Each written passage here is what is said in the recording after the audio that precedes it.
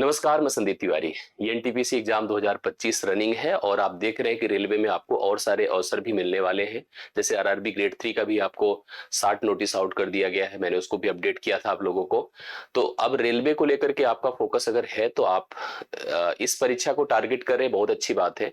आप इस पर सफलता अर्जित करिए, मेरी बेस्ट विशेष है और मेरे प्लान भी और प्रयास भी है। लेकिन अगर आप और भी परीक्षाएं देख रहे हैं तो आगे जितने भी एग्जाम रेलवे के हैं उन सब पर हम लोग फोकस करेंगे।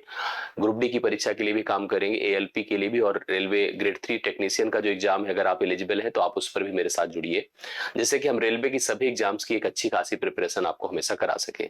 सभी लोग प्रॉपर जुड़ जाएं। सेशन को अच्छा लगे तो लाइक और शेयर भी कर दे और अपने सुझाव फीडबैक जरूर कमेंट्स में दिया करें, जिससे कि हमको भी अप्रोच लगे, हमको भी कनेक्ट लगे।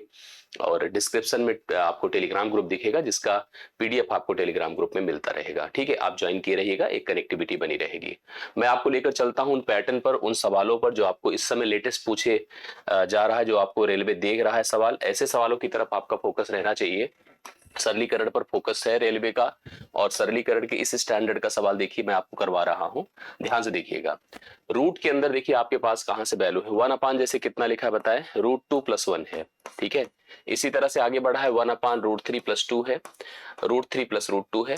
अब इस पूरे पैटर्न को आप लोग समझिए और लास्ट टर्म को बिल्कुल ध्यान दीजिए। मतलब यहाँ पर हमको शुरू के टर्म समझ में आया और लास्ट टर्म देखिए लिखा हुआ है, लेकिन मैं एक बार लिख देता हूँ प्लस लगा करके। √100 है प्लस √99 है, करेक्ट है। अब आप इसका एक सिस्टम समझिए, इसमें हमको रेशनलाइजेशन प्रोसेस करना होगा। किसी एक को उठा लीजिए, एक को क्या हम दो को उठाते हैं, जैसे मान लीजिए इसको उठाए, 1/, कितना है बताइए, 1/√2 है। हम अगर रेशनलाइजेशन करेंगे तो हम √2 - 1 से ऊपर गुणा करेंगे और नीचे √2 - 1 करेंगे, तो ऊपर का मान तो √2 - 1 हो जाएगा, मतलब √2 - √1 भी कह सकते हैं आप। और नीचे आपका a + b a - b a² - b² होगा, तो √2 का स्क्वायर 2 हो जाएगा और 1 का स्क्वायर 1, तो मतलब कुल मिला के √2 - 1 हो गया। सेम सिचुएशन सबके साथ है, मतलब अगर आप इसका सोल्यूशन करेंगे तो ऊपर √2 - 1 होगा, इसी तरह से √3 - √2 होगा, इसी तरह से रूट आगे जब बढ़ते हैं, भाई देखिए अगला टर्म क्या है, √4 + √3 है, तो आगे भी आपको पता है कि √4 होगा और -√3 होगा, और ऐसे बढ़ता चला जाएगा। और अंतिम पद हमारे पास देखिए यहाँ वाला क्या बनकर आएगा, √100 - √99, करेक्ट है। तो आप समझ गए कि स्थिति क्या है और उसी हिसाब से कैंसिलेशन पर फोकस करिए। यह अपने इसके पहले वाले टर्म्स को कैंसिल करेगा, या अपने टर्म्स को कैंसिल करेगा, या अपने टर्म्स को कैंसिल करेगा, और इसी तरह से अगला पार्ट इसके पास देखिए ये भी खत्म हो जाएगा, ऐसे खत्म होता चला जाएगा। ये सारे टर्म्स ऐसे खत्म हो रहेंगे। यहाँ पर -1 बचा लास्ट में देखिए पहले, और यहाँ पर इसका वर्गमूल 10 हो जाएगा, तो 10 - 1 करिए तो यह वैल्यू कितनी आंसर दे रही बताइए, 9 दे रही है। तो राइट सोल्यूशन इस सवाल का पहला ऑप्शन है, 9 होगा करेक्ट आंसर। अगर आप लोग प्रॉपरली सवाल का सोल्यूशन करते हैं बिना किसी कंफ्यूजन के, आप लोगों को 9 आंसर लगाना है। ऑप्शन नंबर ए अवेलेबल है इस सवाल के सही आंसर के रूप में। अगला सवाल देखिए, किसी संख्या लासा मासा का सवाल पैटर्न जो दे रहा है इसको पढ़िए। किसी संख्या का लासा उसके मासा का 45 गुना है। यदि पहली संख्या 125 है तो दोनों संख्याओं में लासा और मासा का योगफल 1150 है। तो कह रहा है कि दूसरी संख्या क्या होगी। बहुत आराम ही से कर सकते हैं आप लोग, ट्राई करते हैं, ठीक है, ट्राई करिए। जैसे हमसे कहा है कि लासा उसके मासा का 45 गुना है, तो मैंने लिखा लासा और मैंने लिखा मासा, ठीक है। यहाँ पर लासा क्योंकि मासा का 45 गुना है, तो अगर हम इसको 1 कहें और इसको 45 कहें तो 45:1 होगा लासा और मासा का अनुपात। और यहाँ पर लासा मासा का योगफल 1150 दिया है, दोनों के अनुपाती पदों को जोड़ दे, 45 से कितना होता है 46, 46 बराबर 1150 हो गया, ठीक है। 23 दूना 46 होता है, 23 पंचे होता है 50, 1 बराबर 25 हो गया। 1 बराबर 25 का मतलब मासा 25 है और लासा कितना है पता है, 45 × 25 है। मतलब ये दोनों टर्म आपको कंफर्म हो गए, ये रेशियो नहीं, this is the right term, यही आपकी करेक्ट वैल्यू हो गई। पहले मतलब मासा आपका 25 हो गया, लासा 45 × 25 पूरा लिखा नहीं मैंने। सवाल कहता है कि पहली संख्या अगर 125 है दूसरी संख्या बताओ। एक जनरल नियम सबने पढ़ा है कि दो संख्याओं का गुणनफल दोनों संख्याओं के लासा और मासा के गुणनफल के बराबर होता है, लासा और मासा के गुणनफल के बराबर होता है। तो हमारे पास अगर पहली संख्या 125 है तो दूसरी संख्या को हमने b मान लिया। लासा आपके सामने आया जो कि 45 × 25 है, और यहाँ पर मासा भी आपका 25 ही है, तो 25 से 5 बार गया, 5 से फिर इसको काटा 5 बार गया, 45 × 5 करे, 5 × 5 = 25, 5 × 4 = 20, 2 = 22, 225 यहाँ पर दूसरी संख्या हो जाएगी जो ऑप्शन नंबर डी में अवेलेबल है। इस सवाल का राइट सोल्यूशन है। सेकंड क्वेश्चन आपके सामने है। सभी लोग उतार लें, कंफर्म कर लें और इस तरह के सवालों का सही सोल्यूशन तैयार कर लें। दो पूरक कोणों का अनुपात 5:4 है। दो पूरक कोण है, पूरक मतलब ऐसे कोण जिनका जोड़ 90 डिग्री के बराबर होता है। तो बड़े कोण का मान बताओ क्या होगा। मतलब दो कोण, अगर हम एक कोण ए ले लेते हैं, दूसरा कोण बी ले लेते हैं, तो दोनों कोणों का जोड़ अगर 90 है तो दोनों एक दूसरे के पूरक है। जैसे 30 का पूरक कौन होगा, 60 होगा, ठीक है। 10 का पूरक 80 होगा, ऐसे 40 का पूरक 50 होगा। मतलब इनका जोड़ हमेशा 90 होना चाहिए, तब ये पूरक है। दोनों का जोड़ 5:4 के अनुपात में है, तो और जोड़ 90 है, तो ऐसे में दोनों का मान, जो दोनों कोण है उनका जो रेशियो 5:4 है और उनका योग 90 है, तो प्रत्येक कोण का मान आप आराम से निकाल सकते हैं, डिफरेंस निकाल सकते हैं, जो आपकी रिक्वायरमेंट है उसको पूरा कर सकते हैं। आप अनुपाती पदों को जोड़ दो, 9 बराबर 90 हो गया, 1 बराबर 10 हो गया। बड़ा पूछा तो अनुपाती भाग 5 लेना पड़ेगा, 5 धाम में 50 लेना होगा, तो 50 यहां पर हो जाएगा पहला मान। पहला ऑप्शन इस सवाल के लिए राइट सोल्यूशन है। थर्ड क्वेश्चन आपका होता है। फोर्थ पर आइए। ये सवाल देखिए बन रहा है इस समय पैटर्न में, एक लीनियर इक्वेशन का सवाल बन रहा है, उसको भी मैं आपको समझाता हूं। एक चिड़ियाघर में कुछ खरगोश एवं कुछ कबूतर हैं, कुछ खरगोश और कुछ कबूतर हैं। यदि सिरों की संख्या 200, इसका मतलब कुल मिला के खरगोश और कबूतर की संख्या यहाँ पर 200 है। पैरों की संख्या 580 है, तो कबूतरों की कुल संख्या कितनी है, कुल कबूतर कितने हैं। अगर जैसे बात मैं कबूतर की करूं, तो कबूतर हो, ठीक है, कबूतर हो या चाहे खरगोश हो, ठीक, खरगोश हो, दोनों के सिर तो सेम होंगे भाई, सिर तो एक ही होंगे सबके ना, सर एक ही होंगे। और लेकिन पैर की अगर बात करें, तो पैर में कबूतर के कितने पैर होंगे, 2 होंगे, खरगोश के कितने होंगे, 4 होंगे। जैसे आप, ऐसे ही होता ना, 2 पहिया वाहन 4 पहिया वाहन का सवाल भी बनता है, तो हम लोगों ने इस तरह से इसको निर्धारित किया। 2 तरह से सवाल का सोल्यूशन हो सकता है, एक तो स्टेटमेंट बना के कर सकते हैं, दूसरा एलिगेशन से कर सकते हैं। अगर मैंने समझ लिया कि भाई टोटल अगर जानवरों की संख्या 200 है, टोटल जानवरों की संख्या कितनी है, 200 है। अगर इस सब के सब जो 200 है, मतलब अगर हम लोग यहाँ पर जैसे लगा दे भाई 4 पैर वाले जानवर है, 4 पैर वाला कौन है, खरगोश है, 4 पैर वाला कौन है, खरगोश है। और 2 पैर वाला कौन है बताइए, 2 पैर वाला कबूतर है, ये आपको पता ही भी है ना, ये पता भी है। और कुल संख्या जानवरों की कितना है, जितने उनके सिर हैं, सिरों की संख्या 200 है, तो सभी जानवरों की संख्या 200 हो गई। मैंने कहा यदि मान लो सबके सब 4 पैर वाले हैं, तो अगर सबके सब 4 पैर वाले हैं तो पैर कितने होने चाहिए, 800, जबकि पैर कितने बताओ, 580। अब हमने कहा अच्छा ये तो सेट नहीं हो रहा, इसका मतलब हम ये सोच ले कि सबके सब 2 पैर वाले हैं, तो 2 से गुणा कर दिया, पता चला 400 आया। फिर देखा यार मैच नहीं कर पा रहा है, तो ऐसे में उसको लाके यहां रखना होगा और वही एवरेज हो जाएगा। एलिगेशन लगाना होगा दोनों की भी, जिससे इनकी संख्याओं का रेशियो डेवलप हो जाएगा। आइए एलिगेशन लगाते हैं, तो कितना हो जाएगा बताइए।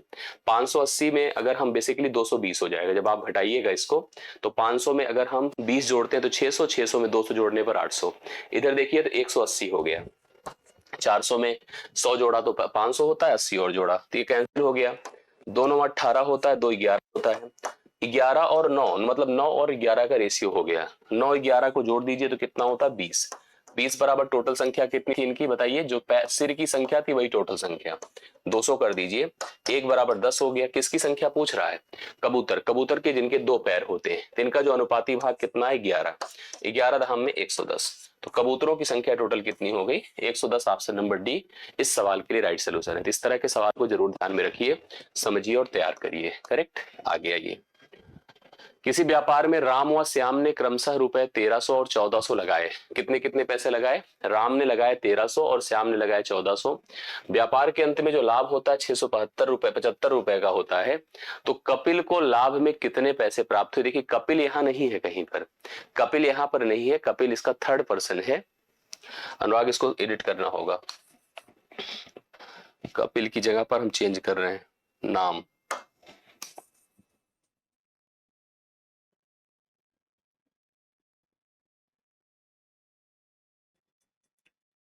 तेरह 14 27, 7 5 12 6 18, 1 सेकंड,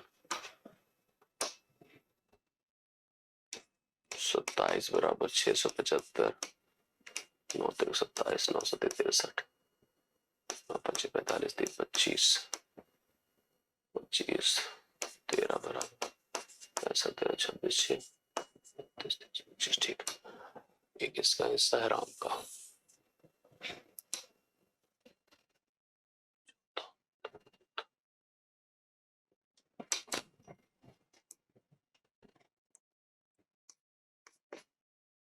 हाँ चलिए देखिए, देखिए नेक्स्ट क्वेश्चन।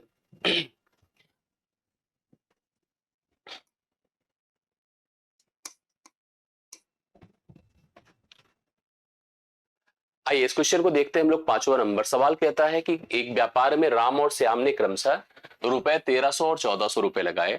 एक साल के अंत में दोनों को 675 रुपए का मुनाफा लाभ हुआ, तो राम को लाभ में से कितने रुपए प्राप्त हुए। ये पार्टनरशिप का बहुत ही आसान सवाल है, लेकिन फिर भी आपके पैटर्न का सवाल है, आपकी तरह आपकी जो रिक्वायरमेंट्स है उसको पूरी करता है।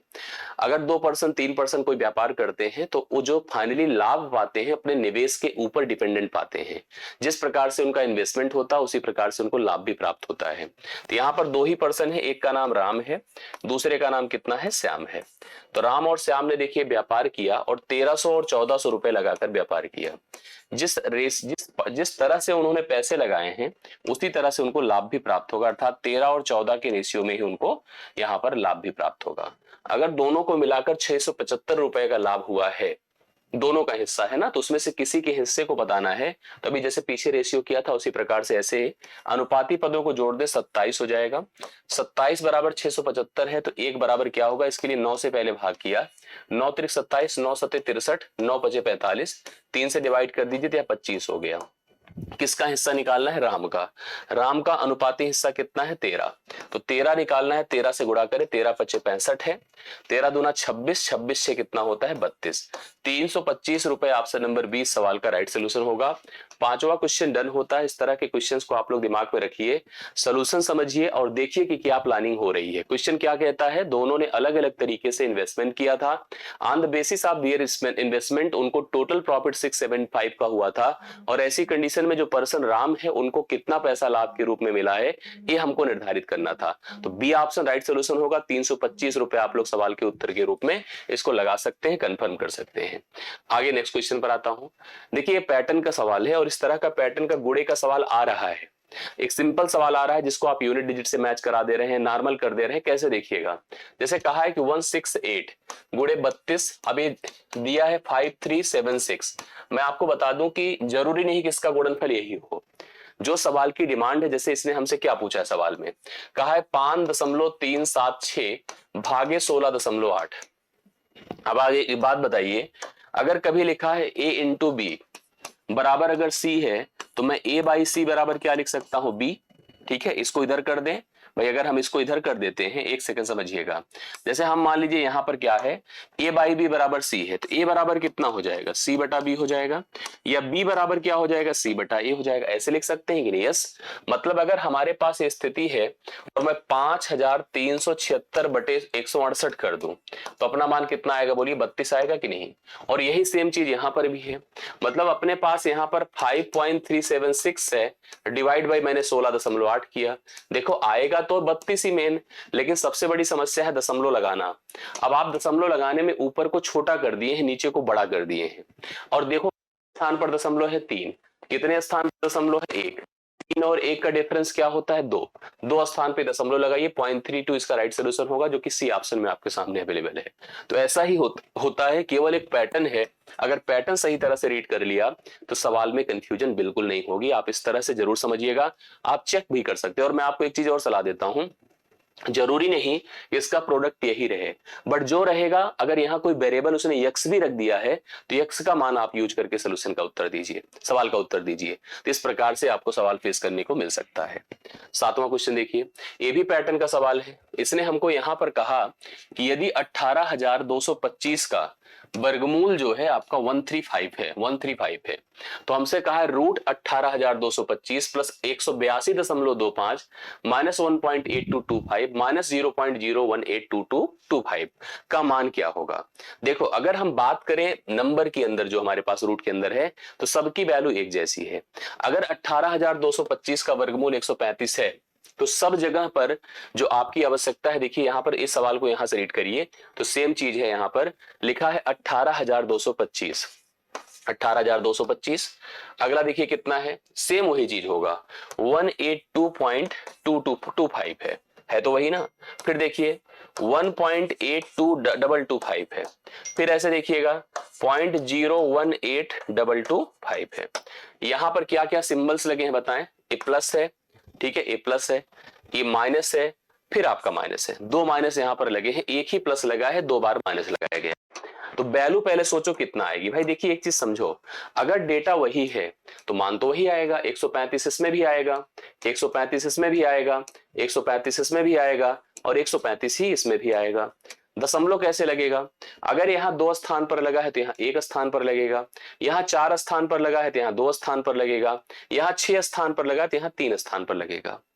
अब आपको पहले इन दोनों को जोड़ना है और इन दोनों के जोड़ को घटाना है। ये जोड़ना आसान है, देखिए कितना हो जाएगा, 0.5 होगा और 13 अगर जोड़ देंगे तो 48 हो जाएगा, 35 10 45 3 48, 148.5 हो जाएगा। इनको भी जोड़ लीजिएगा, इनको जोड़ेंगे तो 1.35 है और 0.135 है, ठीक है। दशमलव का स्थान बहुत मेन होता है, मायने रखता है। 5 हो गया, 5 3 8 है, 4 है और 1.485 है, 1.485 है। इसको आप घटा भर दीजिए, जीरो होगा, जीरो होगा, बट ऐसे देखिए 10 से 5 5 हो जाएगा, 9 से 8 1 हो गया, जीरो हो गया और यहां पर कुछ घटा तो है नहीं, सिंपल हुआ, 8 से 1 7 हुआ, चारों 147.015, 147.015 आपको ऑप्शन नंबर सी में दिख रहा है। इस क्वेश्चन का राइट सोल्यूशन है। बहुत ध्यान से गंभीरता से आंसर देना होता है। दशमलव को हमेशा इवन प्लेसेस पर ही आपको देखने को मिलेगा।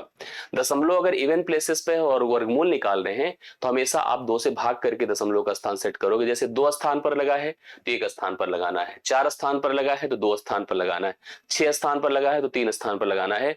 इस प्रकार से दशमलव के स्थान को आपको जस्टिफाई करना है, सेट करना है। आइए आगे बढ़ते हैं। क्वेश्चन कहता है एक गांव में प्रतिवर्ष सतत का उपयोग हो रहा है। सतत में एक सवाल आपको ऐसे देखने को मिल रहा है जिसमें आपको 2 से अधिक बार इंक्रीज डिक्रीज दिया रहेगा। फाइनली परिवर्तन कितना हो गया, सिंपल परसेंटेज में सवाल पूछ रहा है। एक गांव में प्रतिवर्ष 10% बच्चों की संख्या में वृद्धि होती है। यदि वर्ष 2003 में बच्चों की संख्या 2000 हो तो 2006 में बच्चों की संख्या कितनी हो जाएगी। आइए ट्राई करते हैं, आप समझिएगा। ये 2003 का साल है, ठीक है, और ये 2006 का साल है। अब यहाँ पर जो इंक्रीज होता है वो कितने परसेंट का होता है हर साल? 10% का। 10% को आप 1/10 कहते हैं, अर्थात 10 से 1 जुड़कर 11 होगा और 10 से 1 जुड़कर 11 होगा और 10 से 1 जुड़। अब आप कहोगे सर 3 बार क्यों लिखा? 3 बार इसलिए लिखा क्योंकि 2003 से 6 तक पहुंचने में 3 साल का गैप है। इसका मतलब अगर जनसंख्या यहाँ पर 1000 थी, यह जनसंख्या अब 1331 हो जाएगी।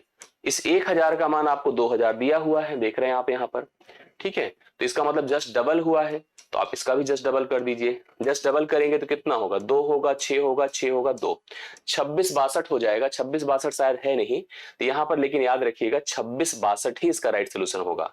26 62 वहां पर जनसंख्या आपकी हो जाएगी आफ्टर 3 इयर्स, मतलब 2000 से 2003 तक पहुंचते, सॉरी 2003 से 2006 तक पहुंचते पहुंचते वहां पर उस गांव की जनसंख्या उस 10% की इंक्रीज के आधार पर 26 62 हो जाएगी, जिस हिसाब से यहाँ पर आंकड़ा दिया हुआ था। ये सवाल 8th डन होता है। 9th पर चलिए, देखिए अगला क्वेश्चन हमारे पास एक नौवां इस तरह का सवाल है जो कि प्रॉफिट लॉस का सवाल है और प्रॉफिट लॉस डिस्काउंट पर एक सवाल परीक्षा में आ रहा है। क्वेश्चन क्या है? एक व्यक्ति ने रुपए 650 में 2 कमीजें खरीदी, अर्थात दोनों का जो कॉस्ट प्राइस है, टोटल लागत है, वो 650 रुपए है। एक को उसने 7% के लाभ पर बेचा है और दूसरे को 6% की हानि पर बेचा है। इस व्यापार में उसे ना तो लाभ हुआ और ना ही हानि हुई, मतलब कुल मिला के जितना लगाया था उतना उसको मिल पाया है। प्रत्येक कमीजों का क्रय मूल्य हमको बताना है कि अर्थात उनकी कॉस्ट प्राइस क्या थी, दोनों की कॉस्ट प्राइस क्या थी। देखिए दोनों कमीजों को उसने, अगर मान लीजिए एक की प्राइस को हम ए मान लेते हैं, जो अलग अलग प्राइजेस आए, दूसरी की प्राइस को हम बी मान लेते हैं, तो दोनों मिलाकर के 650 में उसने खरीदा था।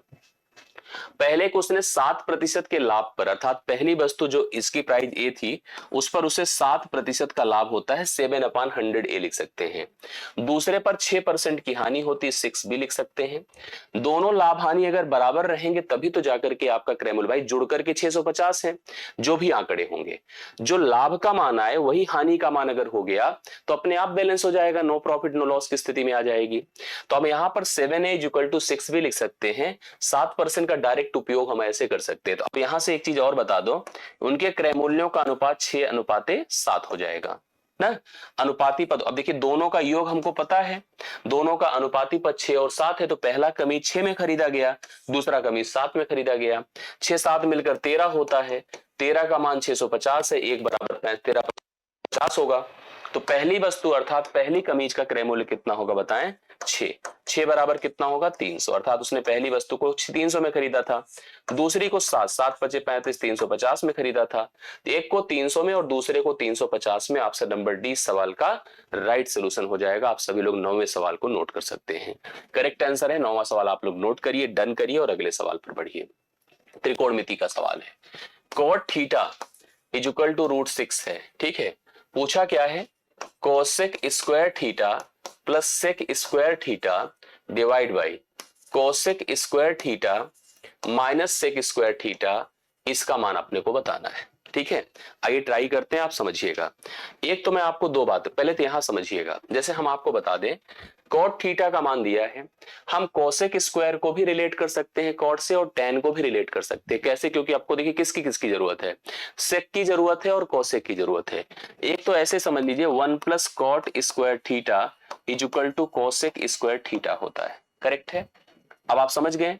हम आपको बता दें कि cosec square theta -1 is equal to cot square आप थीटा कर सकते हैं, सही है।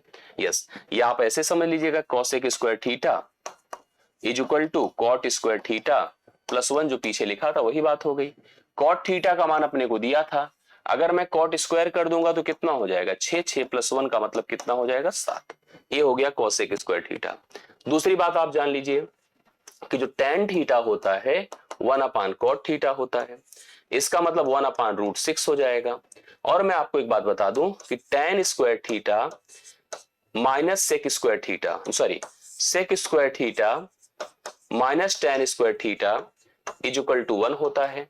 तो सेक स्क्वायर थीटा को भी आप क्या लिख सकते हैं पता है, 1 प्लस tan स्क्वायर थीटा लिख सकते हैं। मतलब आप इसको लिख सकते हैं 1 प्लस 1/√6 का होल स्क्वायर, तो 6 ही हो जाएगा। तो 1 प्लस 1/6 है, तो 6 के 6 7 बटे कितना है 6 है। आइए रखते हैं वैल्यू को। तो कोसेक स्क्वायर थीटा कितना है बोलिए, कोसेक स्क्वायर थीटा की जगह पर हमने क्या बताया था 7। सेक स्क्वायर थीटा की जगह पर अभी कितना आया है 7/6।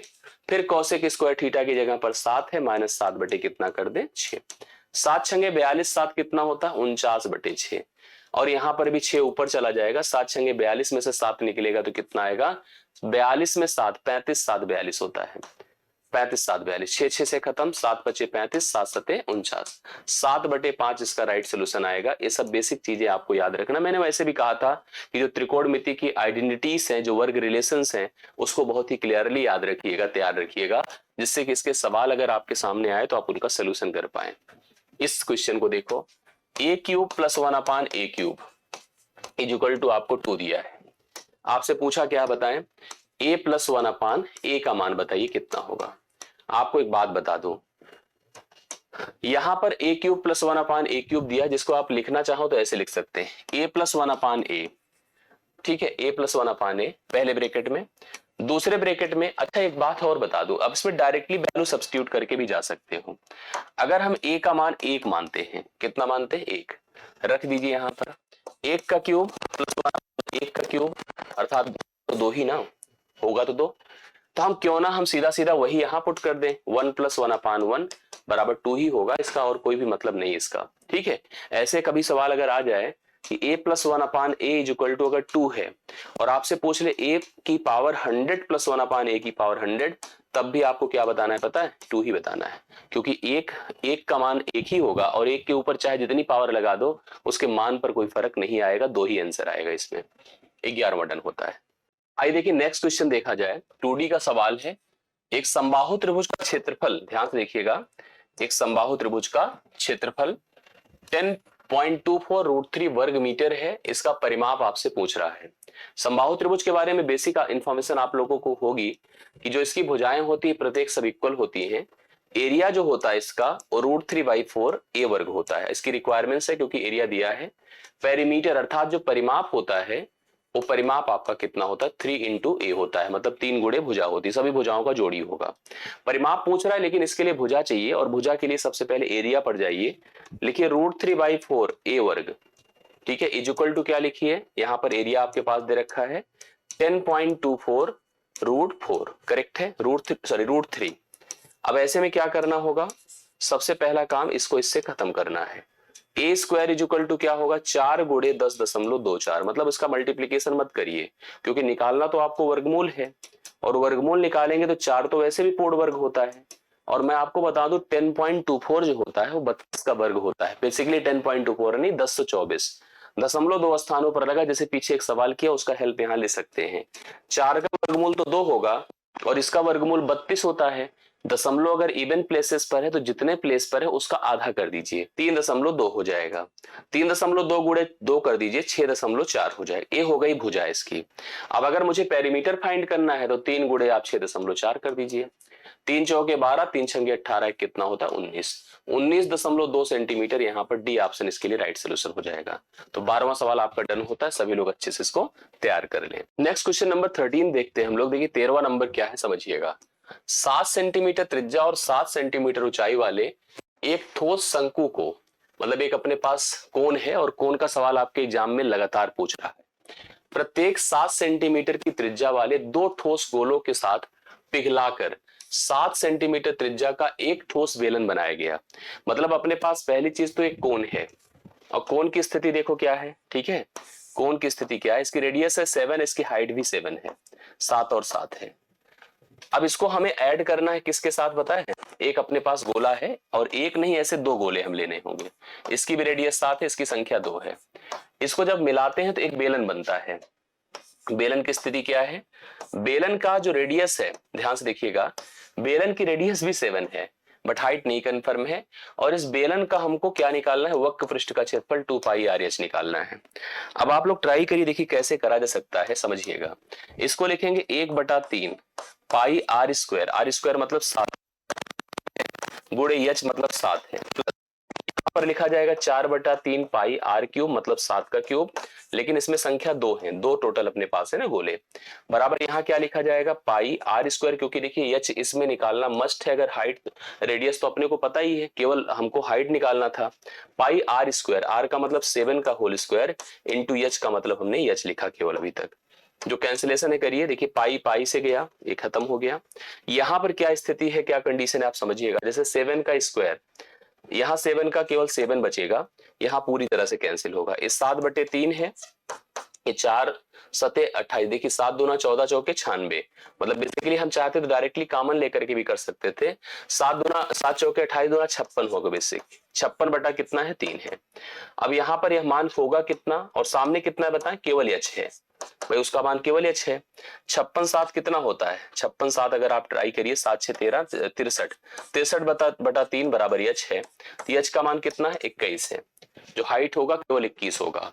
अब हम लोग को लाना है, यहाँ पर उठा के सब्स्टिट्यूट करना है, 2 गुणे 22/7 है, गुणे आर अपने पास ऑलरेडी 7 था और अभी इसका मान 21 आया है।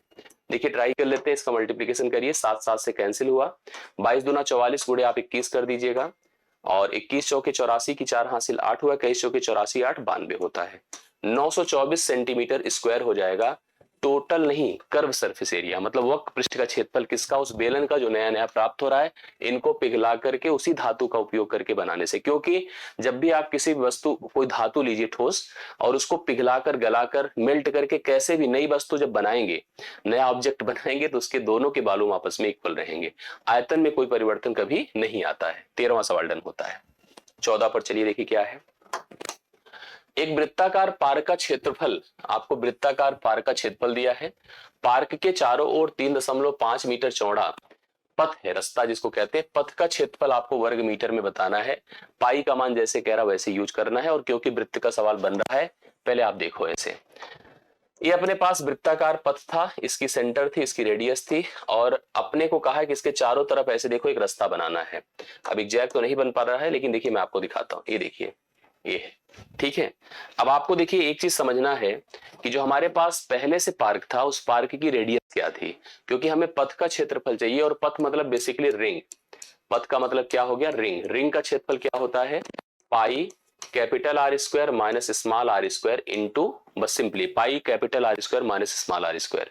और इसने हमको पार्क का क्षेत्रफल दे रखा था इसका, तो इसका एरिया हो जाएगा पाई स्मॉल आर स्क्वायर बराबर 12,474। पाई का मान क्या होता है 22/7, आर को ऐसे रहने दीजिए, आर वर्क कर देते हैं, और सामने कितना है 12,474, करेक्ट है। 11 दूना 22, 11 के 11, 1 4, 11 के 11, 3 7, 11 3 33, 11 चौके 44, 2 से फिर काटिए, 2 पंचे 10 होता है, 2 छंगे 12, 2 सत्ते 14, 567 हो गया। आर स्क्वायर बराबर 567 गुणे कितना कर दो 7, आर बराबर क्या होगा अंडर रूट 567 गुणे कितना होता है 7। अब इसको क्या कर सकते हैं पता है, इसको कर सकते हैं हम लोग 7 से गुणा, 7 से करेंगे 7 8 56, 7 1 के 7 होता है, गुणे 7 करें तो 7 का एक जोड़ा तो निकाल ही देगा, इसको वर्गमूल कर रहे हैं, और 81 का वर्गमूल 9 होता है, 9 9 81, 9 7 63, मतलब कुल मिला के अपनी जो रेडियस आ रही है अंदर की वो कितनी आ रही बताएं 63 आ रही, करेक्ट है। अब हमको क्या करना चाहिए ध्यान समझिएगा, अब हम लोगों को एक बात और करना है, जैसे कि जो कंप्लीट हमारे पास रेडियस देखिए हमने इसको ऐड कर रखा है 66.5 है, सही है, इसको कितना रखा है 66.5 है। अब हमारी बात समझिएगा कैसे होगा, क्योंकि 63 में 3.5 जोड़ने से इतना ही आएगा।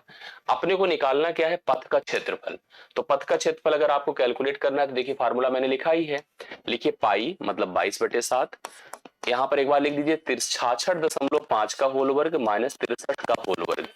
अब चाहो तो भाई वर्ग तो करना संभव नहीं होता इतना, तो ए स्क्वायर माइनस बी स्क्वायर जानते हैं तो ए प्लस बी ए माइनस बी आप लोग लिख सकते हो, 22/7 कर दो, अगर एक बार जोड़ देते दोनों को तो 0.5 रहेगा, 6 3 9 होगा, 6 6 12, 129.5 होगा, घटाने से तो वही आएगा जो अंतर है 3.5, 7 से इसको कैंसिल करिए 0.5 आएगा, 0.5 का 11 से 22 से गुणा करें 11 हो गया, 11 गुणे 129 अगर हम लोग 5 करते हैं तो देखिए कितना आ जाता है, 11 5 55, 11 9 99, ठीक है, 11 5 55, 11 9 99, और 11 9 99, 99 5 104, कैरी 10 होता है, 11 दूना 22, 10 32 होता है, कैरी 3, 11 की 11 3 14, 1424.5 देखिए हमने टिक किया था स्टार्टिंग में, आपके सामने है राइट सोल्यूशन, इस सवाल का करेक्ट हल है 1424.5, तो यहाँ पर हम इस सवाल का उत्तर कर पाते हैं, 14 नंबर आपका डन होता है। 15वां सवाल देखिएगा, सवाल क्या कहता है, P1 P2 P3 तीन अमाउंट्स है, तीन वैल्यूज है, इनको हमने 4%, 6% और 8% पर इस प्रकार निवेश किया कि वर्ष के अंत में तीनों राशियों से जो प्राप्त साधारण ब्याज है आपस में बराबर हो गए। ठीक है, हमारे पास तीन अलग अलग धनराशियां हैं, एक P1 है, P1 को मैंने किस दर पर निवेश किया 4% पर, P2 को मैंने किस दर पर निवेश किया 6% पर, और P3 को जो मैंने निवेश किया है वो 8। अच्छा मैं इक्वल क्यों लिख रहा हूं, क्योंकि ये जो ब्याज प्राप्त हो रहे हैं तीन के तीनों इक्वल हैं, समय तो एक ही साल है इसलिए एक का उपयोग करने की जरूरत नहीं है, और परसेंट का मतलब बटे 100 होता है, इसलिए सिंपली सब में सेम अमाउंट है। थोड़ा आसान करिए, 2 चौके 8 है, 2 तिया 6 है, 2 दूना 4 है, इस प्रकार से मैं कह सकता हूं कि तीनों का अगर कंपैरिजन करूं और इनका एक रेशियो बनाऊं तो P1 ratio P2 ratio P3 अगर हम लिखते हैं तो 1/2 अनुपात 1/3 अनुपात 1/4 है, तो 2 3 4 का एलसीएम करें तो कितना होगा 12, 2 छंगे 12 है, 3 चौके 12 है, 4 तिया 12, इस तरह से रेशियो कितना बनकर आ रहा है 6 4 और 3 का बनकर आ रहा है।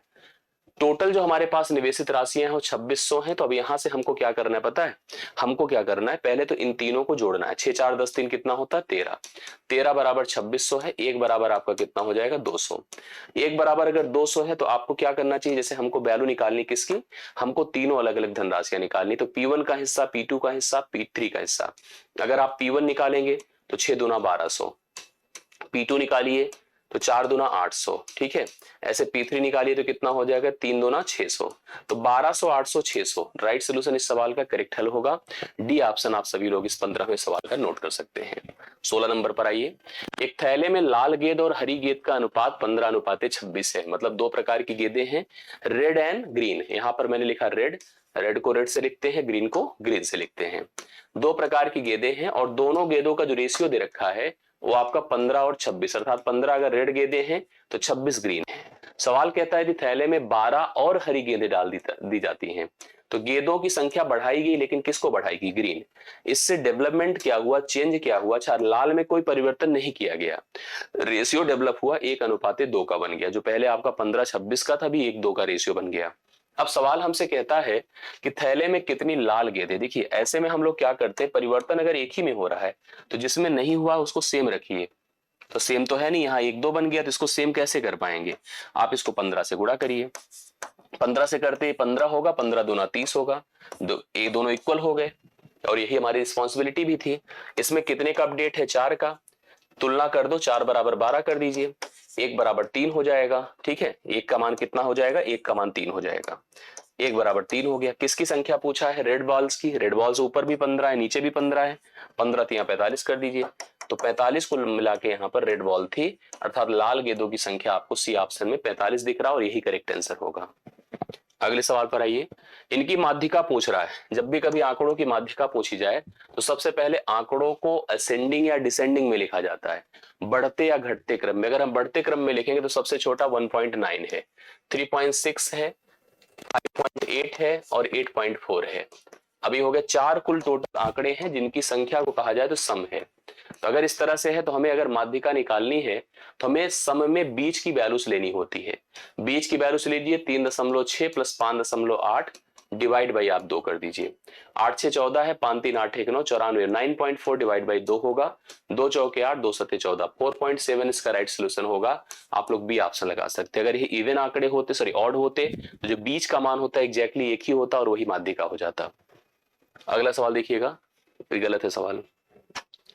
12 और 39 के बीच सभी प्राकृतिक संख्याएं जो 5 से विभाज्य हैं का औसत पूछ रहा है।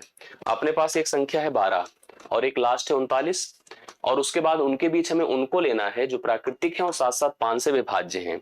जैसे सबसे पहले 15, फिर 20, फिर ऐसे बढ़ते गए और यहाँ होगा 35। करेक्ट है। तो अब हमको क्या करना है, जब भी कभी इस तरह का क्रमिक समूह दिखे तो औसत के लिए हमें पहली संख्या लेनी है और अंतिम संख्या लेनी है। ठीक है, 15 प्लस 35 डिवाइड बाई आप कितना कर दो 2, पहली प्लस अंतिम डिवाइड बाई 2। भाई इन दोनों को जोड़िए तो कितना हुआ 50, 50 बटे 2 कर दे तो कितना हो जाता है 25। 25 इसका राइट सोल्यूशन है जो सी ऑप्शन में है, आपके सामने है। ठीक है, 19 के बाद आता है नंबर 20 का और ये अंतिम सवाल होगा, इसको ध्यान से देखिएगा। एक ठोस गोलाकार गेंद है, ठोस गोलाकार गेंद मतलब स्फीयर, जिसके बारे में क्या जानकारी है, इसकी त्रिज्या 6 सेंटीमीटर है। त्रिज्या कितनी है? 6 सेंटीमीटर है। अब इसको कह रहा है पिघला करके, अभी जैसे मैंने पीछे कहा था कि पिघला कर गला कर अगर नई वस्तु बनाएंगे तो आयतन में कोई परिवर्तन नहीं आता। इसको भी पिघला कर गोलियां इसी तरह के शेप का बनाया जा रहा है, बट उसकी मेजरमेंट छोटी कर दी जा रही है। मतलब बन गोलियां ही रही है और उसकी जो रेडियस रहेगी 0.2 रहेगी। कितनी बनेगी, हम इसकी संख्या n कर देते हैं, दोनों को बराबर कर देते हैं। तो इसका आयतन कितना होता है 4/3 पाई r क्यूब। r क्यूब मतलब 6 का होल क्यूब, बराबर यहाँ क्या लिखा जाएगा 4/3 पाई r मतलब 0.2 का होल क्यूब इंटू, क्योंकि संख्या n कर दीजिए, n का मान कितना होगा, ये इतनी कितनी गोलियां बनेगी बताना है। 4/3 पाई 4/3 पाई कैंसिल, 6 का क्यूब 216 होता है, डिवाइड बाई 0.2 का होल क्यूब 0.008 होगा। ठीक है, इसका मान आपको बताना है, यही n होगा। तो 216 है बटा आपका 0.008 है, दशमलव यहां से हटाएंगे 1000 से गुणा होगा। 8 से भाग करिए, 8 दूना 16 और 8 दूना 16, 8 सत्ते 56, 27,000 हो जाएगी। अर्थात कुल 27,000 कंचे गोलियां छोटी छोटी बनाई जा सकती है जिसको बच्चे खेलते हैं। तो राइट सोल्यूशन इसका होता है। तो आज के सेट को हम यही समाप्त करते हैं। हेलो, कंप्लीट करिए, रिवाइज करिए और इसको यहीं से आप डन करिए। थैंक यू सो मच, सभी को धन्यवाद।